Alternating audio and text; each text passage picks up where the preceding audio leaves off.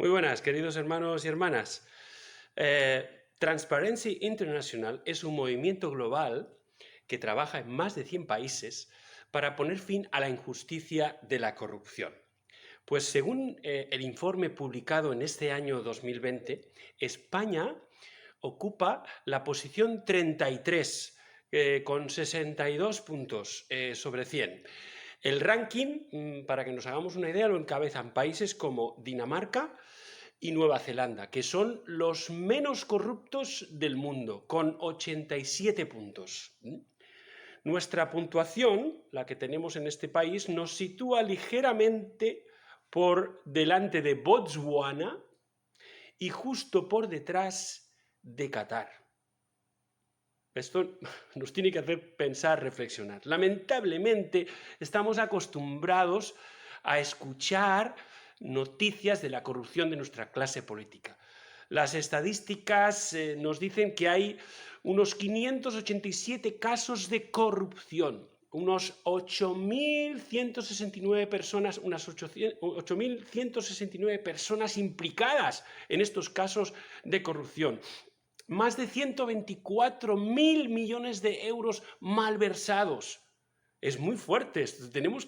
Yo creo que todos tenemos esa sensación de que los políticos, cuando se afianzan en el poder, son propensos a urdir tramas para beneficiar a sus propios partidos o para lucrarse ellos mismos.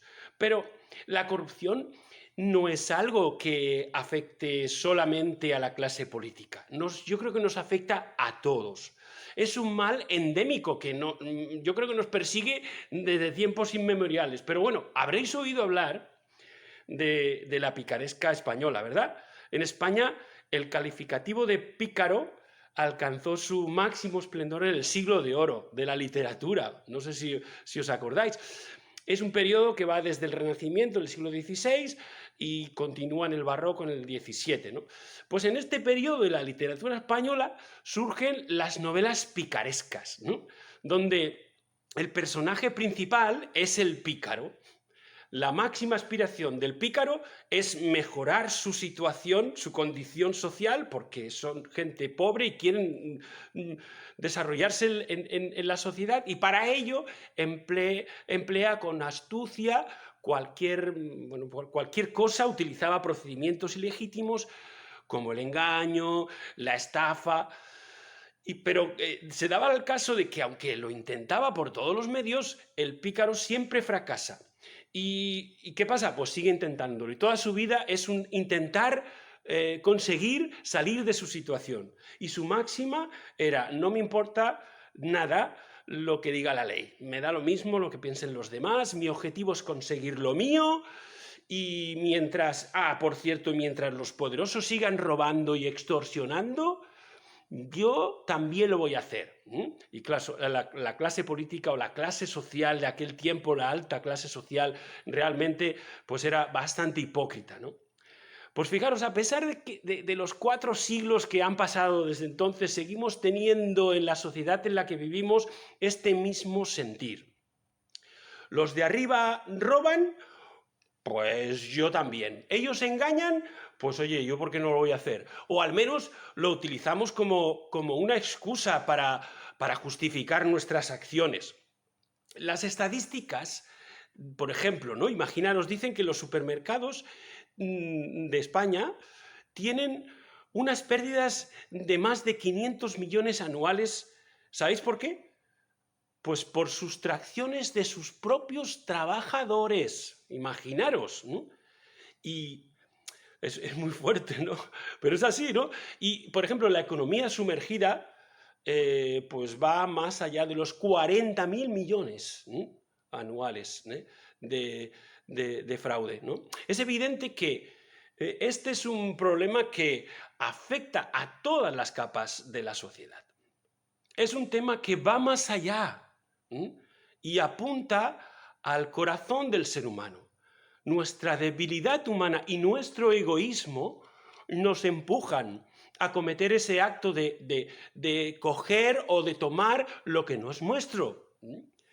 Y Dios dice en el 8º mandamiento, del que hoy vamos a hablar, por supuesto, dice algo, son dos palabras, ¿eh? No hurtarás o no robarás, según la traducción, y dice, quiere decir lo mismo. No robarás. Y todos sabemos que robar es sustraer o apropiarnos de algo que pertenece a otra persona. Pero también se refiere a todo tipo de engaños para apoderarnos del bien de nuestro prójimo. Por ejemplo, y la Biblia los nombra esto, ¿no? Porque a Dios no le gusta la pesa falsa ni la moneda falsa. Por ejemplo, ¿no? Es decir, esto también quiere decir engañar para obtener un beneficio fraudulento, por supuesto, a costa del otro. Y Dios no quiere que robemos, claro, sino que quiere que respetemos la propiedad del otro. Igual que nosotros, por supuesto, queremos que respeten la nuestra, nosotros, Dios quiere que también respetemos la de los otros. Y en este sentido, no es malo tener una propiedad o tener dinero. El problema viene cuando haces de eso el centro de tu vida. Y esto es lo que pasó, por ejemplo, con el joven rico que vino a encontrarse con Jesús y el pobre pues tenía pues esas dudas en cuanto a su salvación y quería saber si sería salvo. Pero el dinero y las posesiones se lo impidieron, fijaros, eran el centro de su vida y no estaba dispuesto a renunciar a ellas. Tenemos otro caso, el de Ananías y Safira. ¿Os acordáis? En Hechos capítulo 5. El problema no estaba en que ellos tuvieran una propiedad. Y de hecho, Pedro les dijo, si os la quedabais, era vuestra. ¿No? Y ya está, ¿no?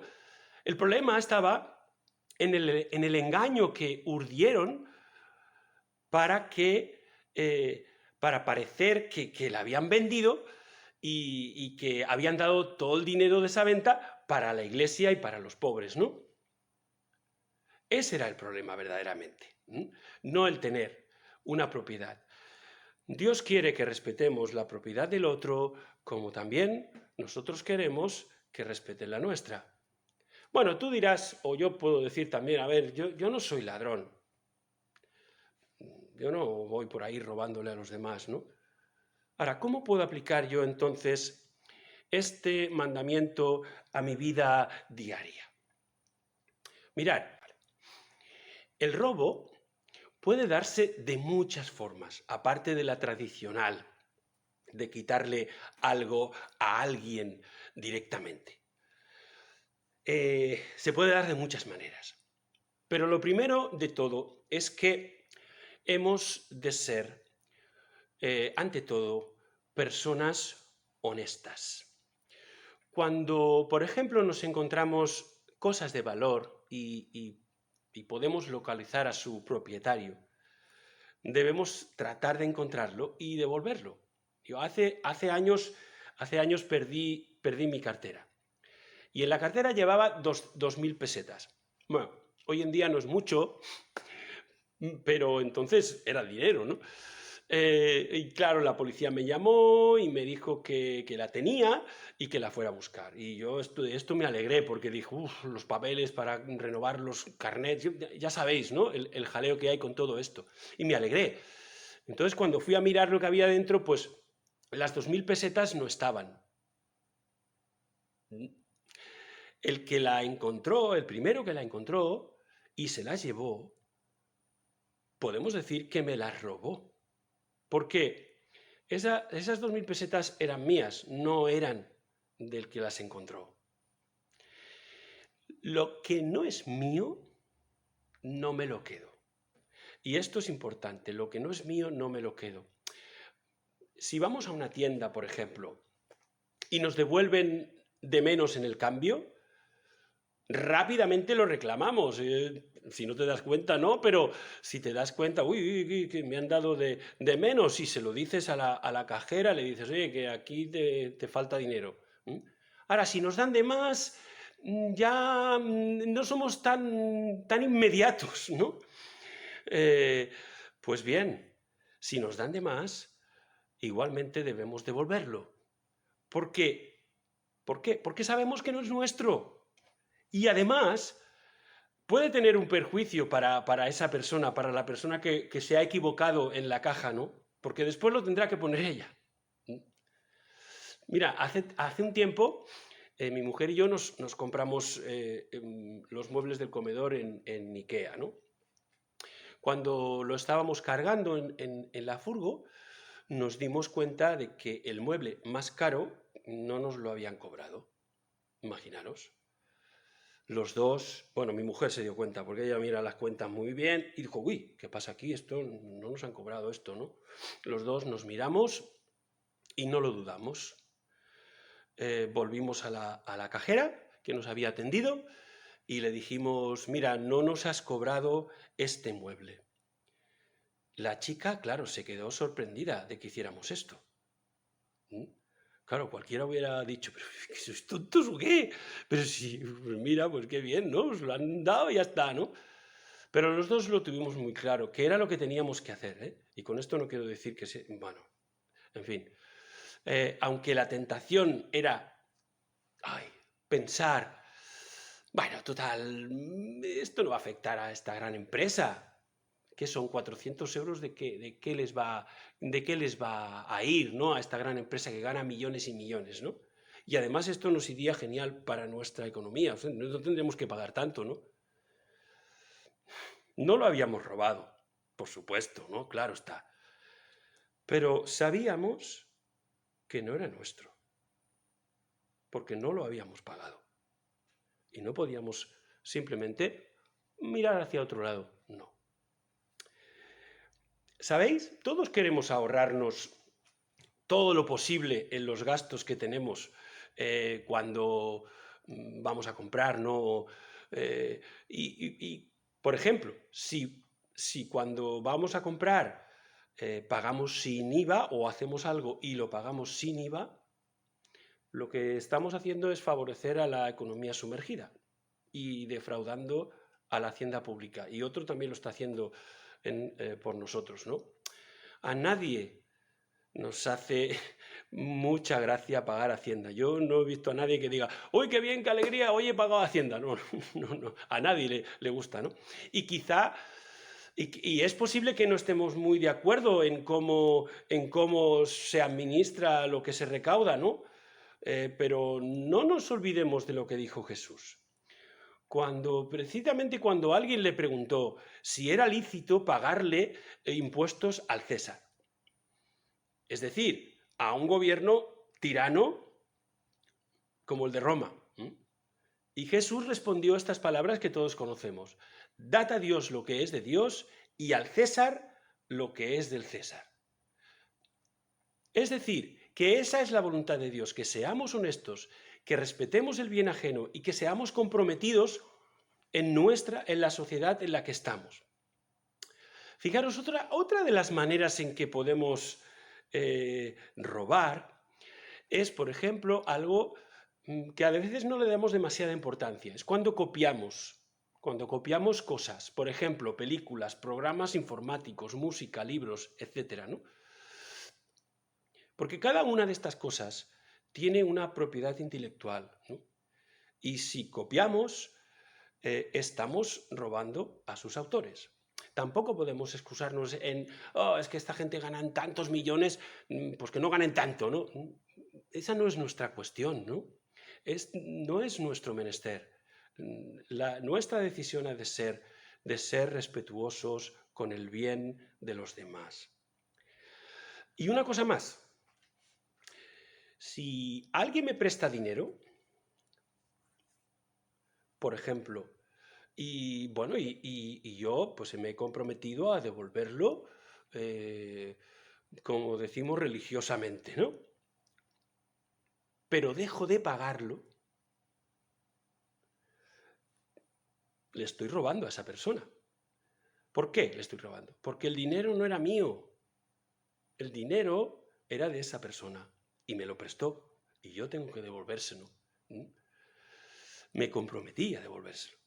Pero Vale, ¿qué pasa si, por ejemplo, yo no puedo pagarlo por la circunstancia que sea, porque pues la verdad es que me he quedado sin trabajo o yo que sé, ha pasado algo que me está oprimiendo económicamente? Pues lo primero que tengo que hacer es hablar con la persona a la que le debo el dinero y explicarle lo que me pasa.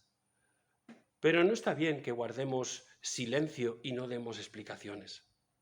Las cosas hay que hablarlas y a lo mejor hasta nos llevaremos buenas sorpresas cuando hacemos las cosas bien, ¿no? Con honestidad. Ahora, hemos visto estas cuestiones prácticas, ¿no? Y seguramente hay otras más, que sería muy largo entrar en ellas, pero que nos pueden ayudar, ¿no? En cuanto a cumplir este mandamiento de no robarás. Pero, por ejemplo, hay otro ámbito en el que también tenemos que reflexionar. ¿Cómo aplicamos, por ejemplo, este mandamiento en el mundo laboral? Vamos a leer un pasaje. En Efesios capítulo 4, verso 28. Allí dice, el que robaba, no robe más, sino trabaje haciendo con sus manos lo que es bueno, para que tenga que compartir con el que padece necesidad.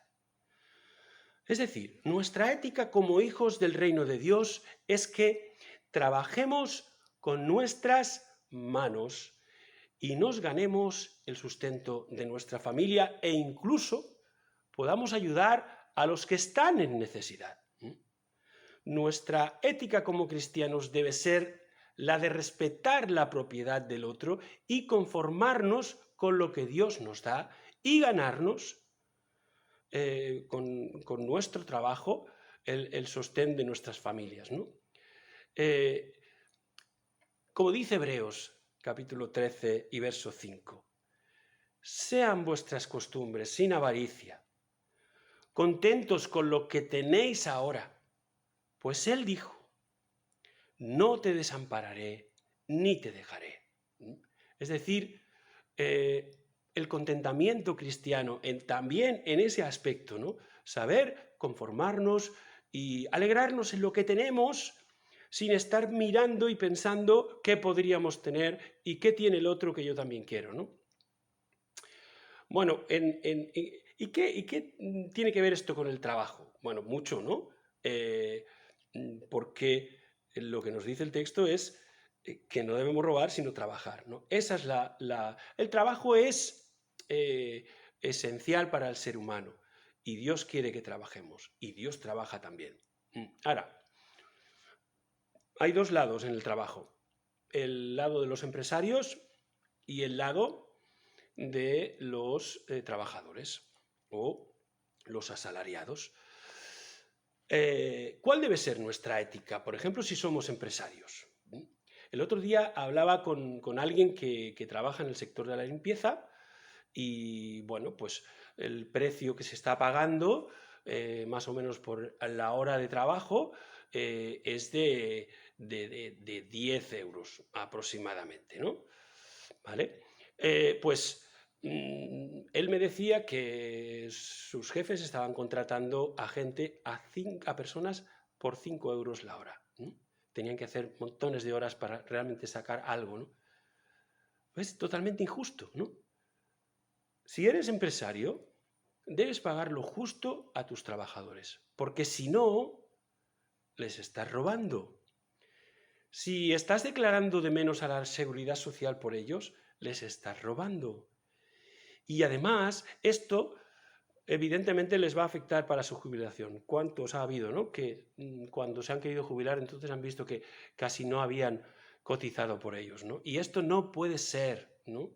Como empresarios debemos ser cristianos, debemos ser honestos y procurar hacer las cosas bien, ¿no? Con Hacienda, con los trabajadores, con la seguridad social. Yo sé que es complicado, ¿no?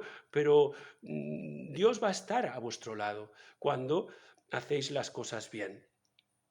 Pero ¿cuál debe ser nuestra ética desde el lado de los trabajadores, desde los asalariados, ¿no? Por supuesto, no debemos robar a nuestros jefes, ¿no? Eso está claro, ¿no? Hay muchas maneras en las que podemos estar robando a nuestros jefes. Por ejemplo, el material de nuestro trabajo no es para llevárnoslo a casa, es del trabajo. Si perdemos tiempo en el trabajo y no somos responsables con la tarea que se nos ha asignado, por ejemplo, o si declaramos que hemos hecho 4 horas cuando en realidad hemos hecho 2, si cargamos gastos a la empresa que en realidad no son de la empresa, sino son míos particulares, o cuando digo que estoy enfermo, pero en realidad no lo estoy. En todas estas cosas estamos robando a nuestra empresa o a nuestros jefes, ¿no?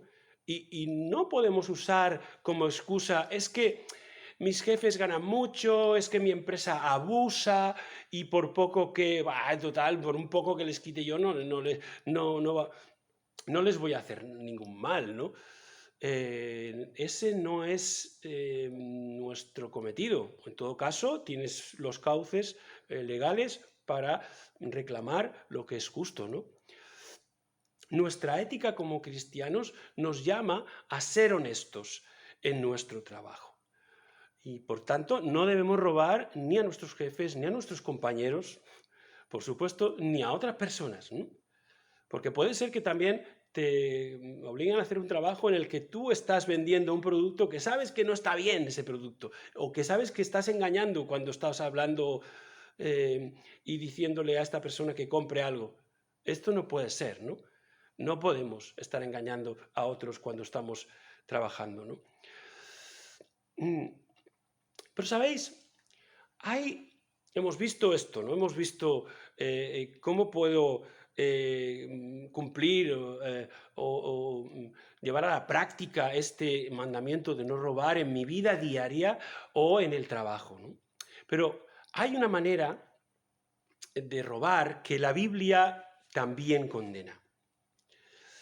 Y se llama robar personas para traficar con ellas y hacerlas esclavas.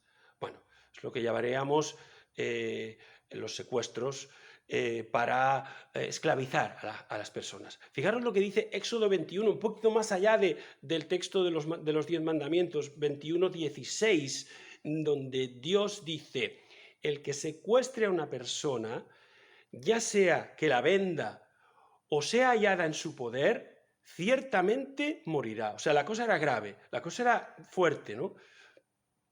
Dios no quiere la esclavitud. Por eso a veces pienso, bueno, si Dios dice esto en su palabra, ¿cómo es que muchos cristianos durante siglos han simplemente aceptado la esclavitud? No. Es algo que no puedo comprender, ¿no? Pero bueno, es lo que dice la palabra de Dios, ¿no? Fijaros, aquellos tiempos ya pasaron, pero una de las maneras de robo que aún hoy se sigue practicando es el de secuestrar a personas, privándolas de su libertad para explotarlas, ya sea con trabajos forzados o con explotación sexual o de otro tipo, ¿no? Tenemos que decir que, gracias a Dios, en la mayoría de los países del mundo la esclavitud ya se abolió, etcétera, ¿no? Pero, lamentablemente, sigue afectando, dicen las estadísticas, sigue afectando a más de 40 millones de personas. Esto es muy fuerte, ¿no? En los países del tercer mundo, pero también en los países desarrollados. Sí, sigue habiendo compraventa de personas, mujeres que son engañadas y obligadas a prostituirse para pagar deudas imposibles, niños a los que se les roba la infancia y trabajan por casi nada. Pero diréis, ¿y eso qué tiene que ver con nosotros? ¿Qué podemos hacer nosotros en contra de eso? Pues fijaros, lamentablemente, muchos de los productos que nosotros compramos están hechos en países donde se explota a las personas y se explota a los niños. Cuando compramos la ropa más barata o incluso ropa de marca, estamos de alguna manera favoreciendo que esta rueda afecte a millones de niños en el mundo. Vivimos en un mundo consumista que nos empuja a comprar, ¿no? Pero como cristianos debemos ser buenos administradores de nuestros recursos y no dejarnos llevar por esta corriente consumista y ser muy cuidadosos con lo que compramos para, de alguna manera, poder romper este negocio infernal. Hay una razón que nos debe empujar a ser honestos y respetar la propiedad y la libertad de los otros y no robarles. Hay un pasaje en Romanos capítulo 13 y versículo 9 que dice: porque esto, no cometerás adulterio, no matarás, no robarás, no codiciarás, y cualquier otro mandamiento, en estas palabras se resume: amarás a tu prójimo como a ti mismo. Sí, Dios nos ha amado y por eso nosotros amamos a Dios. Y si amamos a Dios, también tenemos que amar a nuestro prójimo.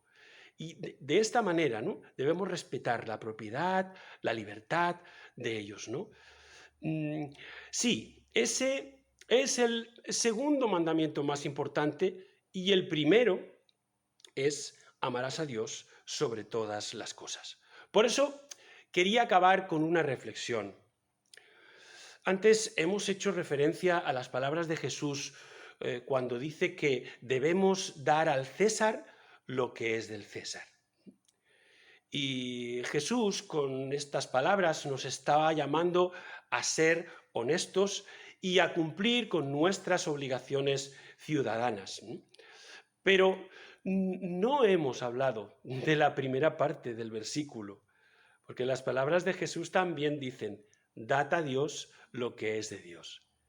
Y si lo pensamos, en realidad, todo lo que somos y tenemos se lo debemos a Dios. Somos deudores a Dios. La vida, los dones, las capacidades, la familia, toda su obra de salvación y de gracia hacia nosotros, por supuesto también los bienes materiales, todo es de Él. Y nosotros somos administradores de lo que hemos recibido. Y estamos llamados a ser buenos administradores. Dios nos ha dado, ¿para qué? Para que demos. De gracia recibisteis, dad de gracia. Por eso, si no estoy usando los dones que Dios me ha dado para servirle, sirviendo a otros, ayudando a otros, si no estoy ayudando para que la obra de Dios avance, si ni siquiera me planteo, por ejemplo, dar algo de lo mucho que Dios me da para que mi iglesia se sostenga, para poder ayudar a los misioneros, si veo la necesidad, por ejemplo, en otros, pero miro para otro lado, en algún sentido, también estoy robándole al mismo Dios. Y no estoy exagerando, porque Dios mismo lo dice en Malaquías a su pueblo: vosotros me habéis robado. Él se pregunta: ¿se puede robar a Dios? Pues mira, vosotros me habéis robado. Evidentemente, todas estas cosas que podemos hacer, ¿no? No las debemos hacer ni para quedar bien o para compensar de alguna manera todo lo que Dios me ha dado. No, nunca podremos devolverle a Dios todo lo que nos ha dado o todo lo que nos ha bendecido. Lo hemos de hacer por amor a Dios y por amor a nuestro prójimo. Hemos sido rescatados por Él, y debemos, Él ha dado todo por nosotros también debemos darle a Él, ¿no? Y por tanto hemos de ser dadores alegres, sabiendo que nuestro Dios es riquísimo y que nada nos faltará, y que no te importe, puede ser que digas: es que yo tengo muy poquito. No te importe si lo que puedes dar es poco, porque para Jesús fue más importante lo que aquella viuda dio, aquellas pequeñas monedas, que lo que los ricos estaban poniendo en el alfolí, ¿no? Esas joyas maravillosas que valían tanto, ¿no? Para Jesús era más importante lo que la viuda puso. Demos de nuestro tiempo, de nuestros dones, de nuestras capacidades y de nuestros bienes para bendecir y para glorificar a Dios. Que Dios nos ayude a ser honestos, personas honestas, en la sociedad en la que vivimos, en el trabajo, con nuestras familias, con todo el mundo, a ser honestos y no robar, no quitar a nadie lo que le corresponde, y que Dios nos ayude también en el trabajo a ser buenos trabajadores, honestos y que hacen las cosas bien y que saben respetar al otro, ¿no? Mm, que Dios nos ayude en el mundo en el que vivimos y que no es fácil porque parece que nadamos a contracorriente y sobre todo, como estamos diciendo, a ser fieles a nuestro Dios, no de una manera pues teórica, ¿no? De una manera muy religiosa, no. Seamos fieles a nuestro Dios en las pequeñas cosas de cada día. Porque si lo somos en las pequeñas cosas de cada día, pues ciertamente las otras serán más fáciles. Así que, Señor, ayúdanos a ser hombres y mujeres con honestidad y que saben estar y que saben hacer las cosas según tu palabra. Ser honestos con los hombres, ser honestos con Dios. Que no le robemos a nadie nada y que tampoco se lo robemos a nuestro Dios. Que el Señor nos guíe, que el Señor nos ayude en esta semana a reflexionar sobre estas cosas.